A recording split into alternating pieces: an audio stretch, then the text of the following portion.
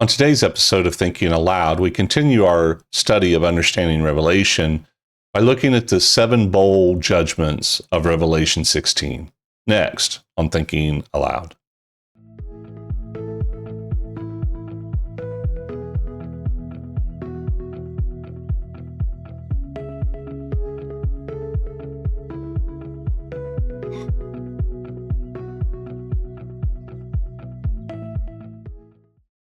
Welcome to Thinking Aloud. I'm your host, Michael Wilson, and I just want to say thank you for tuning in. If you're watching this by YouTube or maybe you're streaming this on another platform, I really appreciate you taking the time out of your schedule. I also appreciate all the people that have liked these episodes. I appreciate those of you that have made comments, and even some of you that have not liked it and you've disliked it. You know what? That's okay. I am grateful that you took the time to watch.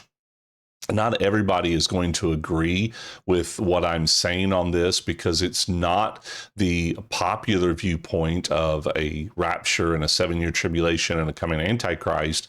It's a different viewpoint of where most of Revelation has already taken place in the first century. And I've covered that in numerous episodes prior. This makes like our 15th or 16th episode, I think, on this series. And so I encourage you, if this is your first episode, I would encourage you to go back and at least watch the first couple of episodes where I give an introduction into the series and lay some groundwork. Now, this is not a verse by verse study of Revelation, although I am going to read some the verses of Revelation 16 in this episode, but I'm giving an overview of it. I am not pulling out all of the Old Testament references, and there is so much Old Testament imagery. In order for you to really understand Revelation, you really need to go back and look at all of the Old Testament imagery and where they're drawing from. I don't have time for all of that, and that's not the purpose of this. We just want to give the highlights. So if you've missed any of the episodes, you can always go back and watch those, and we're going to jump right into this episode of Understanding Revelation, Demystifying a Mystical Book. And we're going to take a look at chapter 16, and this chapter represents the judgments on the nation of Israel for breaking the Mosaic covenant.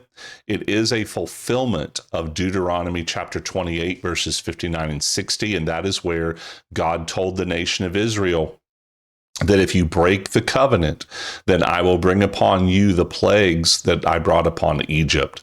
And so Israel throughout the Old Testament constantly broke covenant with God, all the way up to the time of Jesus, where they actually crucified the Son of God. And Jesus said in Matthew 23, Jerusalem, Jerusalem, how I've longed to gather you like a hen gathers its chicks under its wings, but you would not, and you missed your visitation. And then he said to them, all the blood from Abel to Zechariah was going to come upon that generation. And he told them the temple was going to be destroyed. And the disciples asked him about that.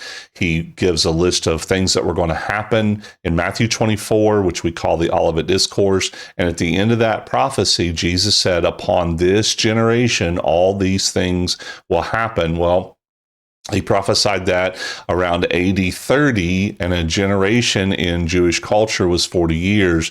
And so from AD 30 to AD 70, there was that generation. And all of these things did happen within that generation, specifically between AD 67, culminating in the destruction of the temple, in AD 70, when Rome came in and just laid waste to Israel and put down a rebellion and a revolt that Israel had instituted.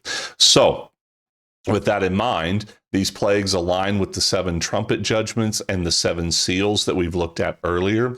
And this is the final judgment that culminates with the Roman siege of Jerusalem and the destruction of Jerusalem and the destruction of the temple.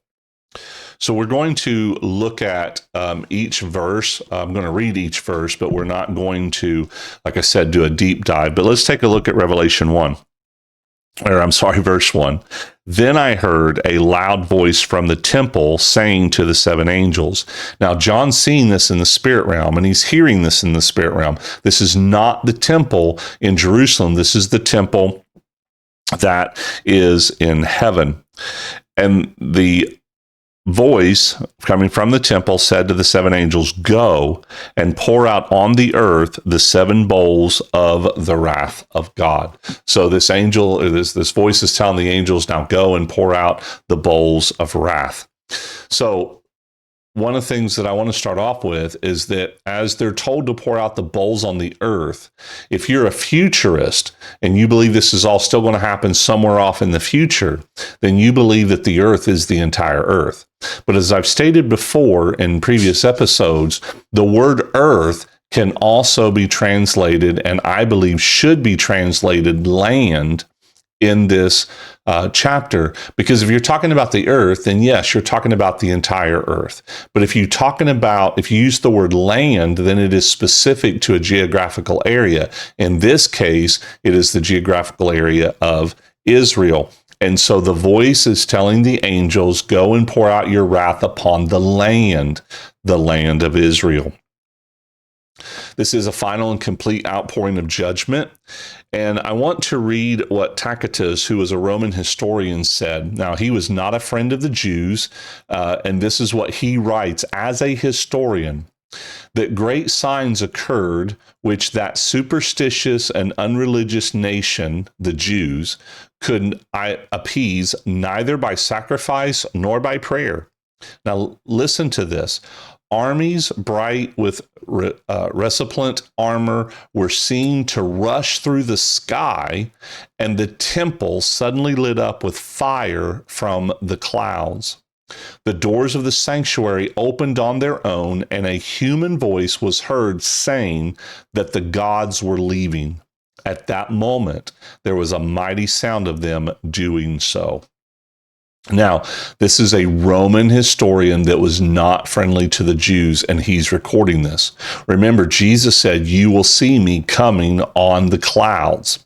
And I believe that what he's writing about is a fulfillment of that. And then the doors suddenly flew open by themselves, and a human voice was heard saying, "The gods are leaving." Well, what is that? I believe it's the final judgment, that God is withdrawing himself from the temple system, the temple sacrifices, all of that. And that temple is about to be destroyed because Jesus is seated at the right hand of God, and the kingdoms of the earth have become the kingdoms of our God, and that Jesus is the ruler and reigner, and he's the high priest, and everything goes through him. But let's also see what Josephus said. And Josephus was a Jewish historian, but he was writing for the Romans.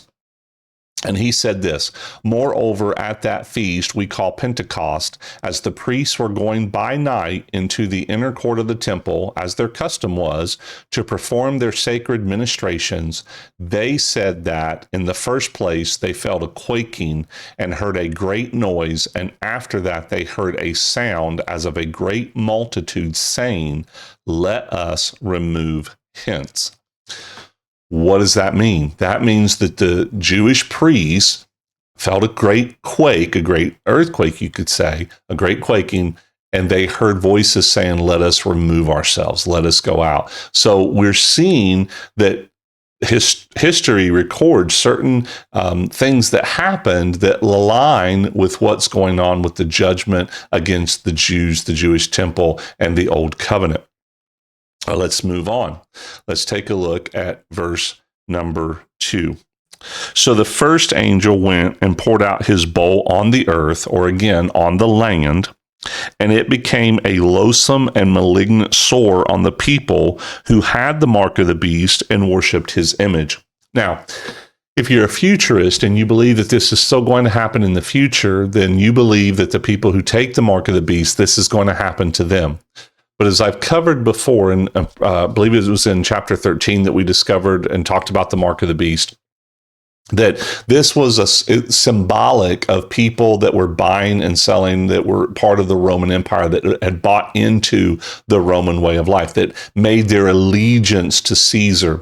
And I believe it's a picture of Israel that, if I could put it in a very gruff way, had gotten into bed with Rome. They were utilizing Rome for their own purposes. Even though they didn't want Rome in there and they wanted to be free from Rome, they were also utilizing Rome. And there were certain sects of the Jewish population that were benefiting off of Rome and were being very wealthy. The Herodians, the Sadducees, some of the priestly families.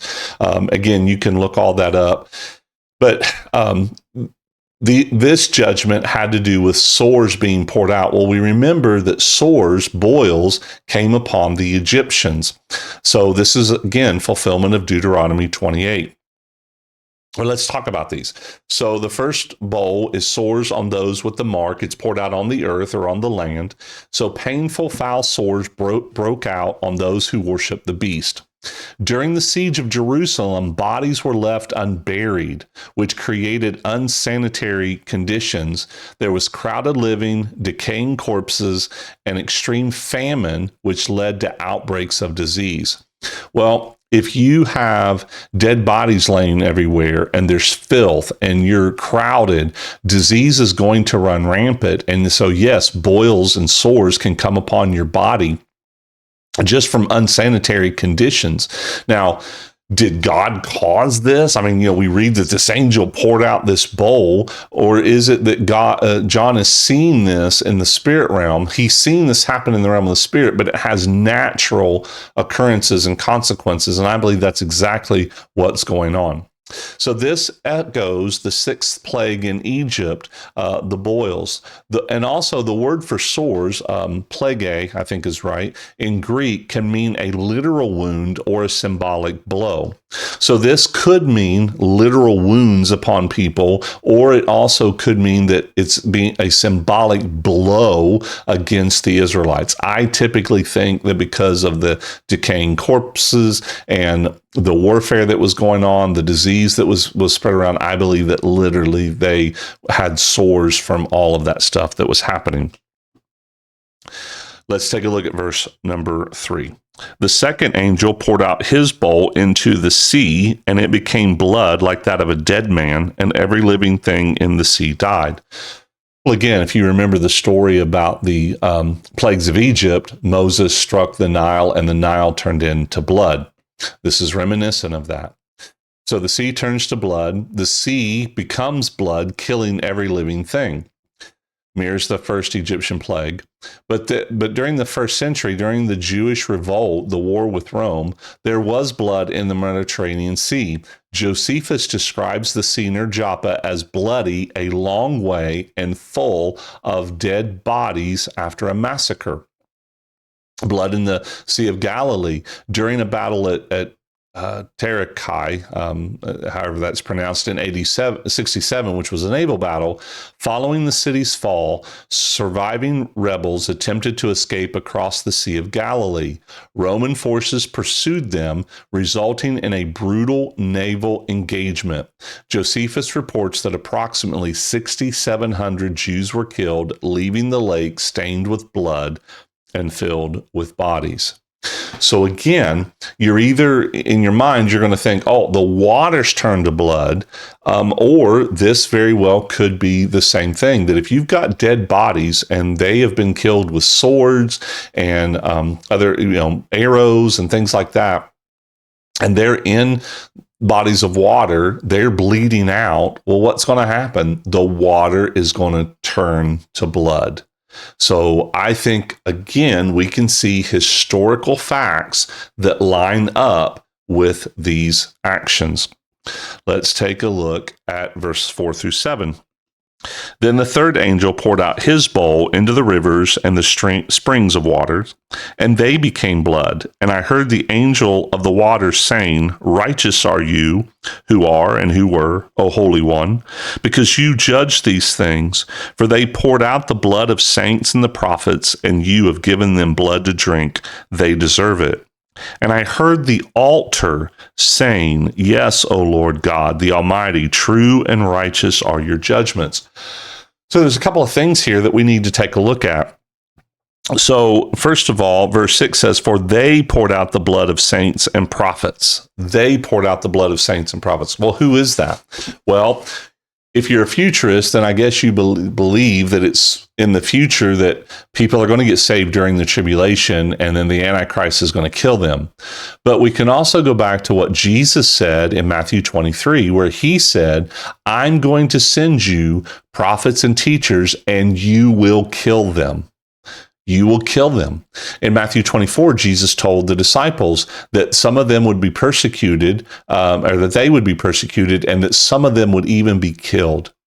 Well, here we're seeing that this judgment is coming against them because they poured out the blood of saints and the prophets, and now God has given them blood to drink. And then the altar cries out. Well, where do we see an altar in Revelation? Well, if you go all the way back, I believe it's Revelation 4, maybe 5, there were saints under the altar crying out, Lord, how long until basically we're avenged or we're vindicated? So there were saints under the altar because they had been martyred. They had been killed, and they're looking for their vindication. Well, here, I believe in Revelation 16 is that vindication. But let's pull some things out. So the Jordan River was filled with blood during the first Jewish-Roman War. We kind of talked about that already. And Josephus records that the Jordan and the Dead Sea were clogged with the bodies of fleeing Jews, turning the waters red. So again, this is a historian writing these things. Now, this phrase, giving them blood to drink, is punishment for shedding the blood of saints and prophets. And Josephus uses similar language when he talks about the zealots. They drank the blood of the populace during their violent rise to power. So what Josephus is recording is that the zealots who wanted Rome out, they would not only kill Romans, but they would also kill Jews that were united with Rome or in league with Rome. They wanted everybody to push Rome away.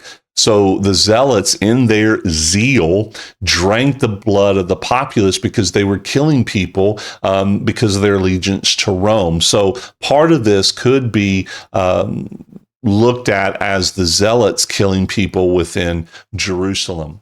But notice this, that drowning victims swallow water. So if they drowned in the bloody Jordan, if they had been, if they had been maimed or a sword, ran through their body, whatever, and they hadn't quite died yet, but they were shoved in the river and they're unable to swim back to safety, they're going to suck in water. And if that water is already bloody, then it would look like they had blood, that they had drank the blood. Now, again, this is just a way of looking at it. It is one way of interpreting it. You don't have to agree with me. I'm not here to fight anyone, but it makes sense to me, and it makes sense to a lot of other people as well. And then the voice affirming God's judgment, God's justice in verse 7, as I said earlier, likely represents the martyrs mentioned in Revelation chapter 6. I was wrong. I thought it was 4 or 5. It's Revelation 6, who cried out for justice, and now they're seeing their plea fulfilled. So let's move on and look at verses 8 and 9. The fourth angel poured out his bowl upon the sun. So we've had bowls poured upon the land, the sea, the rivers, and the springs, and now this bowl is being poured out on the sun. And it was given to scorch men with fire. Men were scorched with fierce heat, and they blasphemed the name of God, who has the power over these plagues, and they did not repent so as to give him glory. So in Deuteronomy 28:22, it warns that God would punish Israel with scorching heat if they turned away from him, and this aligns with this bowl judgment. And during the first Jewish-Roman War, many Jews died from extreme heat. And Josephus describes Samaritans besieged on Mount Gerizim, dying of heat and thirst, unable to escape the blazing hot summer sun.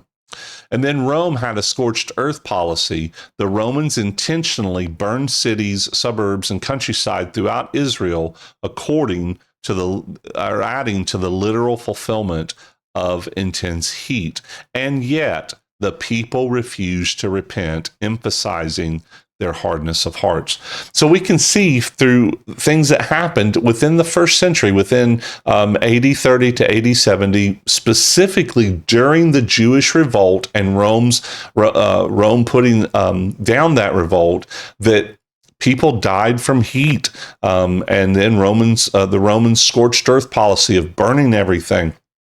And we know, according to history, that Rome burnt Jerusalem and burnt the temple to the ground. They razed it. So there was that intense heat there. So there's a lot of people that take these verses literally, like that somehow this bowl is being poured out on the sun. Something's going to happen. But when you're looking at it, we have to read these as symbols and in its symbolic language. Let's move on to the next verse, which is we're going to look at verses 10 and 11.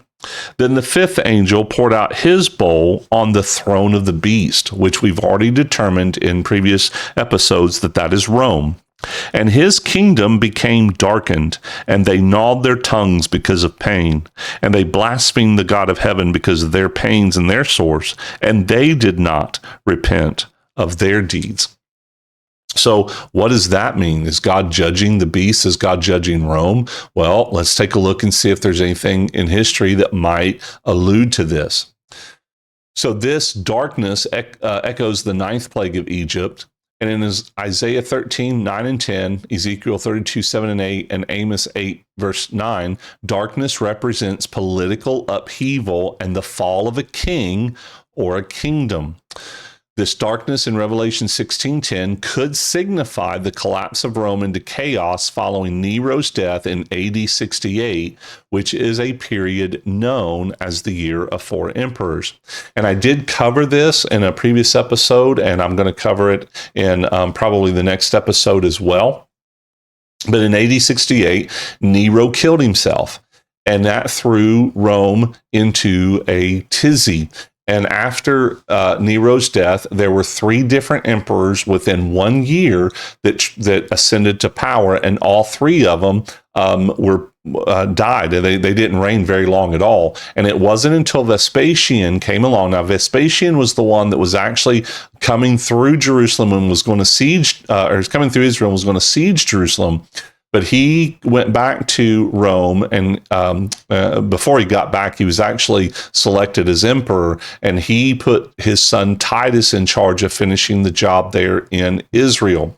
So this bowl of darkness could be, and I believe it's a very good interpretation of God pouring darkness upon Rome, because Nero was a very, very violent, a very, very sadistic psychopath. If you read the things that he did, he was a psychopath. And when he killed himself, it plunged Rome into a sort of darkness. And now we have an upheaval during this Jewish revolt, during the time of all of these judgments.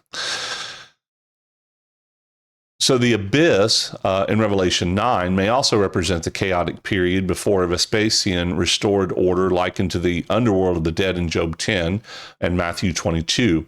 And as I said earlier, this dark period saw devastating civil wars. There were external invasions and widespread destruction within the empire, as vividly described by the historian Tacitus. So as we move on to verse 12 through 16, the sixth angel poured out his bowl on the great river, the river Euphrates, and its water was dried up, so that the way would be prepared for the kings from the east. Now, I'm going to stop here and say that futurists believe that the Euphrates is literally going to dry up. And according to the futurist teaching, that armies from the north, which is usually perceived as Russia, and armies from the east, which is usually perceived as China, are going to come together, and they're going to come against Israel, against Jerusalem in the very last days during the reign of the Antichrist.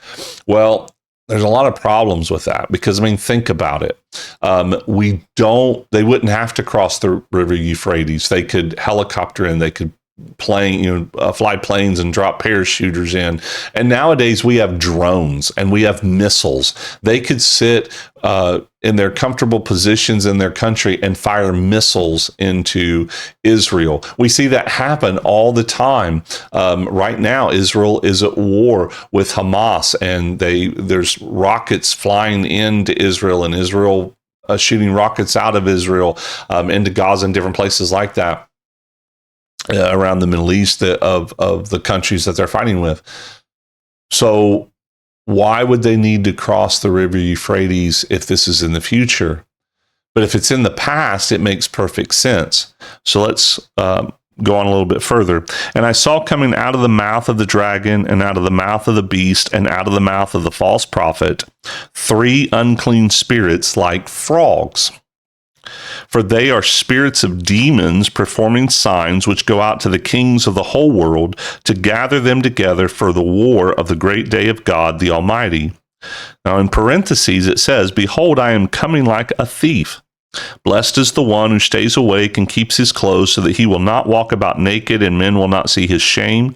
And they gathered them together to the place which is in Hebrew is called Har-Mageddon. So if you're a futurist, again, you believe that all these armies, the kings of the world, are coming and they're all going to descend upon Israel at this place called Armageddon, and they're going to fight against God. But that's not exactly what it says. It does say that the kings are going to gather there for battle, but it doesn't say that they're, in this particular place, they're going to battle Jesus. Now, another place we'll look at in the next chapter, or the chapter after, I think it's 18, we'll talk about Armageddon some more. But for right now, let's take a look and see what we can find out from history if this has already been fulfilled. So the river Euphrates dries up, preparing the way for the kings of the east. Now, I believe that this is just simply symbolic language, that because the river Euphrates was a border for the Roman Empire, and it's also, if you go back into the Old Testament, it was also a border for Babylon. And it just simply means the border is not going to be secured. It means that the border is going to be able to be crossable. That's what I think that means. But it prepares the way for kings from the east. Now, I believe that this could mean the kings of the east would include, and I'm going to butcher these names, Sahamas, which is the ruler of Sephani, east of the Euphrates, and Antiochus, king of Commagene, west of the Euphrates, who aided Titus during the siege of Jerusalem. So there were other, even though the Roman Empire was the one that came against Israel, the Roman Empire had kings, they had provinces, and those kings were aligned with Rome, and they would send their troops to help the Romans destroy Jerusalem. So kings of the world, the different kings of the Roman world, would come together and they would help the Roman Empire do this. And additionally, Rome had legions stationed along the Euphrates, which would reinforce Titus's forces. They would come from the Euphrates and help Titus out. And if you remember from an earlier chapter, there was an angel that was bound at the river Euphrates and or released armies. I'm sorry, the angel wasn't bound, but the angel released armies that were bound at the river Euphrates. So again, John's seeing this in the spirit. We have to be careful not to take it literally. We have to look at what the symbolism means. But then let's talk about these 3 frogs, demonic influences performing signs. Well, can we find any historical accuracy to this or historical fulfillment? Well, during the chaotic year of the 4 emperors from AD 68 to AD 69, a series of strange omens and supernatural events were reported, such as blood rains, self-opening temple doors, and ghostly apparitions. These spirits symbolically gathered the leaders of the Roman Empire and their allies for the final assault on Jerusalem, seen as a fulfillment of God's judgment on the city. Armageddon is possibly Mount Megiddo, and that was a site historically associated with significant battles in Israel's history.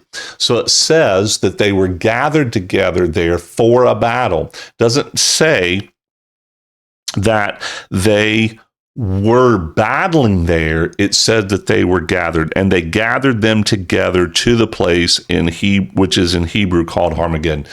So it says in this particular chapter that they were gathering there, and that could have been to gather together before they marched on Jerusalem. But I want you to understand, if you will, and I'll just mention this, if you'll go in and do a study, just do a Google search of miraculous signs around Vespasian. There's one that I read where Vespasian was in a temple and a lady came up to him and asked him to pray for her because she needed healing. And he prayed for her and she was miraculously healed. Now, I don't believe that was a God thing necessarily. It could have been because God's a good God and God does good things. But it came through the hands of Vespasian. Now, if you are an emperor and emperors were believed to be divine, then that would show people that you are divine and would further enhance their worship of you. But I don't believe, I said earlier it could have been God. I don't believe that it was, because it was, we just saw where these frogs, these demons performed signs. So what we have to understand is this, that demons can perform signs and wonders. We see that in the book of the book of Exodus, where Pharaoh's magicians performed signs, and then Moses counteracted those signs. So the demonic influence, I know there's a lot of people that don't believe in demons and all of that. I do. I've seen things that cannot be explained any other way except for it being a demon. They can perform signs and wonders because they're spiritual beings. And they can do that through human beings if they're trying to get a message across. Well, what's going on here? Well, they're blasphemous. And Rome was not a God-fearing, God-worshiping empire. They worshiped many gods, and they especially worshiped Caesar. So with that in mind, let's finish out this chapter by looking at the next verse. Well, one other thing that I want to present here is that in verse 15, there's this warning that Jesus warns, "Behold, I come like a thief." And I believe that's a call to the faithful to remain vigilant and pure despite the surrounding chaos. But I also think it's a warning to the Jews that Jesus is saying, "I'm coming like a thief. You're not going to know when this is coming." And Jesus said that. He said at one point, he says, "I will come like a thief in the night." I think he's just reiterating to his audience, not to people 2,000 years down the road, but to his audience. Audience relevance matters here greatly. So let's finish out this chapter by reading verses 17 through 21. Then the seventh angel poured out his bowl upon the air, and a loud voice came out of the temple from the throne, saying, "It is done." And there were flashes of lightning and sounds and peals of thunder, and there was a great earthquake, such as there had not been since man came to be upon the earth. So great an earthquake was it, and so mighty. The great city was split into 3 parts, and the cities of the nations fell. Babylon the Great was remembered before God to give her the cup of the wine of his fierce wrath. And every island fled away, and the mountains were not found. And huge hailstones, about 100 pounds each, came down from heaven upon men, and men blasphemed God because of the plague of the hail, because its plague was extremely severe. Now, if you're a futurist, then you somehow are going to take this literally and believe that the mountains are going to be no more, and the islands are going to flee away. Well, again, it's symbolic language. And I'm not judging anybody, and I'm not making fun of anybody that believes this. Like I said, I grew up with this, and a lot of my friends, I have several friends that still believe that this is going to happen, but they're scared. They won't read Revelation because of all of that. But again, John is seeing this symbolically. He's seeing this in the realm of the spirit. Is there a natural occurrence that happened on the earth during the first century, between AD 30 and AD 70, specifically more around AD 70, that can be tied into this? And I believe it can. I'm going to show you that. But the one thing I want to reiterate is this voice coming out of the temple saying, "It's done, it's final, it's complete. There's no more waiting." So let's deep dive into this a little bit. So this one's poured into the air. This bowl's poured out into the air. The voice from the temple cries out, "It is done." I think, and I believe this echoes Jesus's final words on the cross: "It is finished." So Jesus put an end to sin and death. But this voice is calling out, and I believe he's putting an end to the old covenant. A supernatural, again, here's the historical events that did occur in the natural. A supernatural storm and an earthquake struck Jerusalem, as recorded by Josephus, just before the Roman siege. This included intense lightning, thunder, and ground tremors, seen as omens of imminent destruction. So you got to remember that people in that time frame, and really up until just recently, were very superstitious people. And so they saw natural things like storms and earthquakes and things like that as omens. This would have been an omen of imminent destruction. But we see here that it actually happened. So these storms, this earthquake, this quaking, it happened in Jerusalem just as this bowl was poured out. Jerusalem is split into three parts during a civil war among the Jewish factions. Now, this is there were three different factions that rose up during the Jewish revolt, and each one was led by a particular person. Again, you can study this out. This is historical fact. So that could be one interpretation of this. But secondly, when Rome finally broke through the first wall of Jerusalem, there was a three-walled structure in Jerusalem. You can look this up on YouTube. I just saw a recent documentary on it. It was very well done. It was graphics and all that showed how the Romans besieged Jerusalem. And they broke down one wall. They got through the outer wall. Well, then the Jews retreated back into a secondary wall. Well, then the Romans broke through that, and then the Jews retreated to the walls of the temple. So there were three walls. So in essence, the city was split into three, and the Romans got through the first one, then the second one, and then ultimately the third one. So again, I think that could be an accurate interpretation of this. But what I find interesting is this: the 100-pound hailstones are interpreted as the large white stones launched by Roman catapults during the siege of Jerusalem, described in detail by Josephus as weighing about a talent, which is roughly 100 pounds, and devastating the city's defenses. So here we have an angel that's pouring out a bowl into the air, and it says that large hailstones from heaven were falling upon men, that came down from heaven upon men. This is what John's seen in the spirit realm. But if you're in Jerusalem and you are seeing these massive stones coming from Roman catapults, then it's going to look like hailstones coming from heaven, because they're coming over the walls from the skies, and 100-pound rock coming at you would be massive and would do immense damage. If you got hit by it or hit by shrapnel or whatever, that would be terrifying. But yet we see that happened. Josephus records it. So there's a historical event that very well describes what John is seeing in the realm of the spirit. And then lastly, the great city collapses, and this fulfills the covenant curses found in Deuteronomy 28, where God says, "I will bring upon you all the curses, all the plagues of Egypt." Well, Egypt had the plague of hail. This time it wasn't the exact same way. God didn't say, "I'm going to bring it the exact same way," but we do see, at least in this instance, where they looked at it as hailstones coming, hail coming from heaven. So again, I hope this has opened your mind up a little bit. I hope this makes a little bit more sense to you. To me, it does. Rather than looking at it from a futuristic standpoint and people trying to figure all this out, well, what's that going to look like? Is that going to be helicopters? Is that going to be missiles? What's that going to look like? We can see that these things really did happen in first century Israel, and it ultimately ended with the destruction of the Jerusalem temple in AD 70. You may agree, you may not. That's okay. I just want to give you a different way of looking at it. To me, a way that is much more hopeful, a way that takes away fear, and it doesn't cause people to not want to read Revelation, but you can read Revelation with hope.